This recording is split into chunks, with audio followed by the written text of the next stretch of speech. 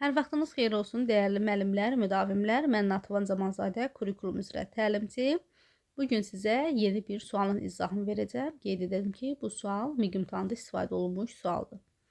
Sualda qeyd olunur ki, şagirdlər texnologiya dərsində isti tavanı masaya qoyurlar və masa zədələnir. Müəllim şagirdlərə istilik izolyasiyasına ən uyğun materialı seçib model hazırlamaq tapşırır. Situasiya əsasən taksonomiya mərhələsini müəyyən edin. Mərhələləri müəyyən etməmişdən əvvəl onu qeyd edim ki, siz bizim yeni tam sıfırdan açılacaq dərs qrupumuza qoşula bilərsiniz. Mart kurikulum sürət qrupuna və bu qrupda biz dərsi canlı keçirik, hər kəsə fərdi yanaşırıq, hər kəsə tək-tək sual cavab edirik. Dərslərimiz qayda olunur, qoşula bilmədiyiniz halda yenidən dərsləri izləyə bilərsiniz. Tam metodik çərçivə sənədinə, yeni metodik çərçivə sənədinə uyğun olaraq həyata keçirilir və bizim digər dərslərdən fərqimiz ondan ibarətdir ki, biz ümumi link atıb özümüz danışmırıq. Biz hər kəslə tək-tək məşğul oluruq, situasiyaları təhlil edirik, testlər işləyirik. Əgər siz bizim dərslərimizə qoşulmaq istəyirsinizsə, 050 837 0305 nömrəsinə yazaraq dərslərimiz haqqında geniş məlumat əldə edə bilərsiniz. Sürət qrupuna olmasına baxmayaraq biz ödənişi bayrama özəl olaraq minimum qoymuşuq. Yəni 8 marta qədər qeydiyyatdan keçən müəllimlər üçün xüsusi endirimimiz olacaq. İndi sualın cavablarına baxaq. Biz burada taksonomiyanın mərhələlərini müəyyən etməliyik. Bəzi müəllimlər imtahandan çıxan kimi dedilər ki, müəllim, ən uyğun materialı deyir. Cavablarda təhlil yox idi. Olsaydı təhlil götürərdim. Amma onu qeyd edim ki, düzdür, deyirik ən səmərəli, ən uyğun, vacib olan, olmayan, uyğun olan, olmayan bu cür sözlər təhlil mərhələsindədir.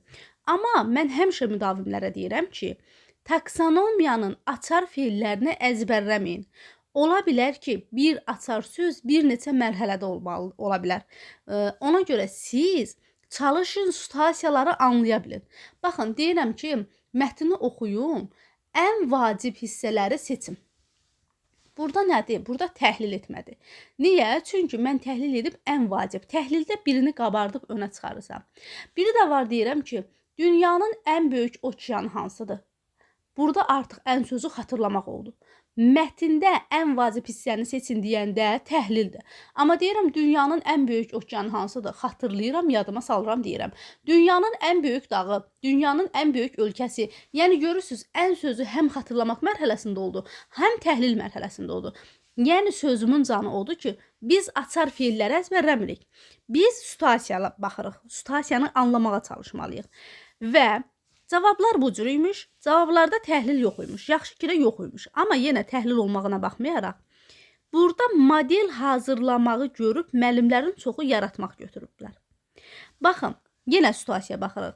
Şagirdlər texnologiya dərsində isti tavanı masaya qoyurlar və masa zədələnir.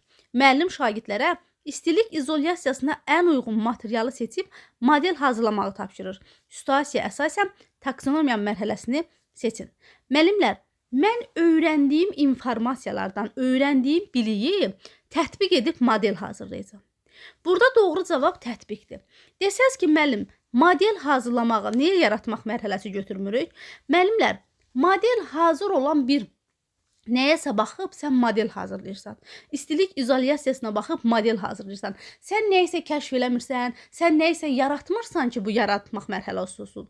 Model nümunəyə baxıb hazırlamaqdır. Amma yaratmaq mərhələsi nə idi?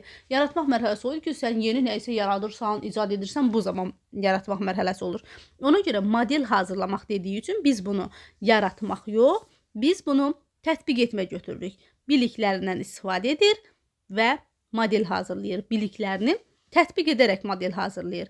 Doğru cavab A bəndi və siz bizim YouTube kanalımıza abunə olaraq hər gün paylaşılan sual izahlarının, yeni mövzuların izahından xəbərdar ola bilərsiniz.